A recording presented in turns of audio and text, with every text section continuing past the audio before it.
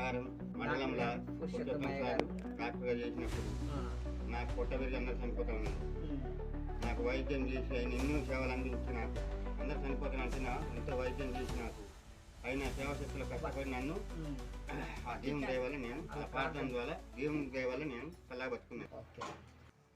సడవలి అనే ఈ వ్యక్తి డాక్టర్ పురుషోత్తమయ్య గారు మన ఏటునార మండలంలో వరంగల్ డిస్ట్రిక్ట్లో ఉన్నప్పుడు ఎప్పుడైతే ఈయన పొట్టంతా చాలా ఉబ్బరంగా ఉండి అనేక మంది చనిపోతారన్నారు. కానీ మరి డాక్టర్ పురుషోత్తమయ్య గారి మరి వైద్యం దొరకంట యేసు ప్రభు పరమ వైద్యుడు కాబట్టి ఆయన ద్వారా దేవుడు ఆయన ప్రార్థన ద్వారా రక్షించినారు.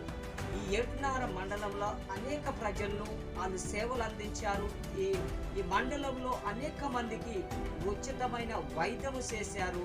దేవుని యొక్క కృప ద్వారా అనేక మందికి బీద బిడ్డలకు దేవుని యొక్క పరిచర్య ద్వారా అనేక మందికి డబ్బు రూపంగా కానీ అనారోగ్యంగా ఉన్నా కానీ మరి వాళ్ళకున్న ఆర్థికమైన పరిస్థితులన్నీ కూడా దీనస్థితిలో ఉన్న వారిని ఓదార్చారు.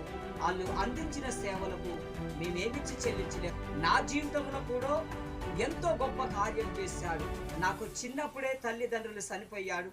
ఈ రోజున కేవలము డాక్టర్ పురుషోత్తమయ్య గారి ఉమారాణి గారి వాళ్ళ ప్రార్థన ద్వారా నాకు 3 కొడుకులు 1 కుమార్తె.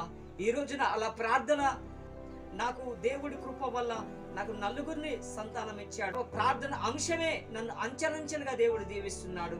వాళ్ళ కుటుంబానికి మేమెంతో రుణస్థులమైన వేటునార మండలంలో కాదు అనేక దృష్టిలకు అనేక ప్రాంతములకు ఆయనే సృష్టికర్త అయిన దేవుడని ఆలోదోరగా నేను తెలుసుకొని ఈ రోజున దేవుడు నన్ను ఎంతగానో దీవించాడు. మరి అదే కాక అనేక ప్రాంతములకు వాళ్ళు వెళుతున్నారు. అనేక సేవలు ఏ కుటుంబం అయితే మానసికంగా కుంగిపోతుంటారో మరి బలపరుస్తందుకు వాళ్ళు అనేక మరి దేవుని యొక్క సేవలో మరి వాళ్ళకి ఇచ్చిన ఈ వారము ప్రార్థన ద్వారా చేస్తుంటారు. మరి సేవలు అందిస్తున్నారు.